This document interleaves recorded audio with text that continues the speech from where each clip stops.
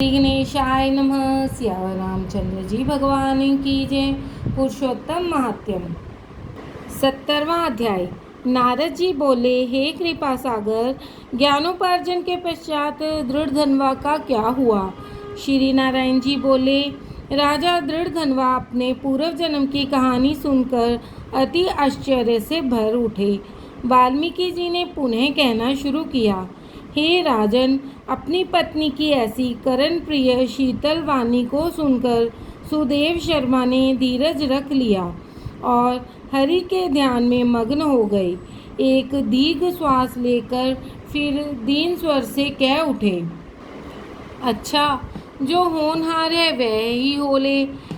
इसी प्रकार कुछ काल यूं ही बीत गए। एक दिन सुदेव ब्राह्मण श्री हरि चिंतन में निमग्न जब समिधा कुश फल फूल एकत्र करने हेतु वन की ओर गए तो उसी समय पुत्र शुकदेव भी मित्रों के साथ बावड़ी पर आ पहुंचा और जल क्रीड़ा हेतु बावड़ा में उतर गया।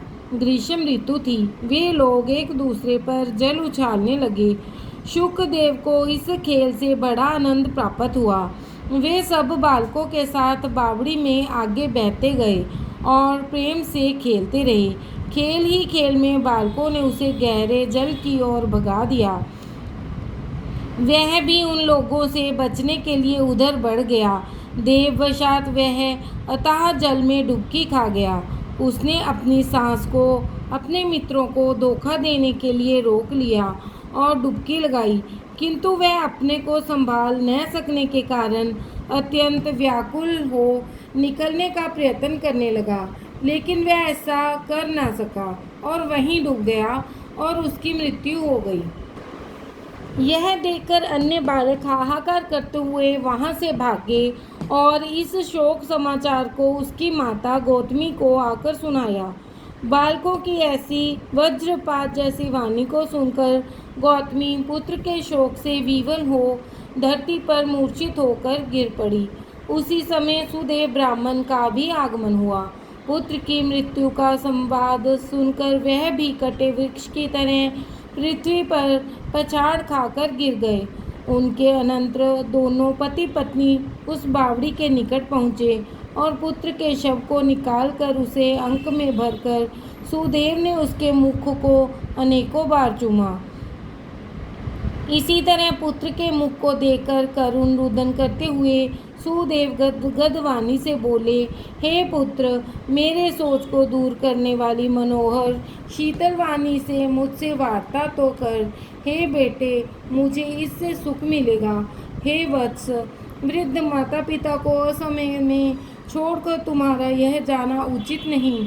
हे पुत्र, तुम शीघ्र उठो और सोना छोड़कर जल्दी ही पढ़ने के लिए बैठो। मैं तुम्हें छोड़कर घर नहीं जाऊंगा। वहाँ अब क्या रखा है?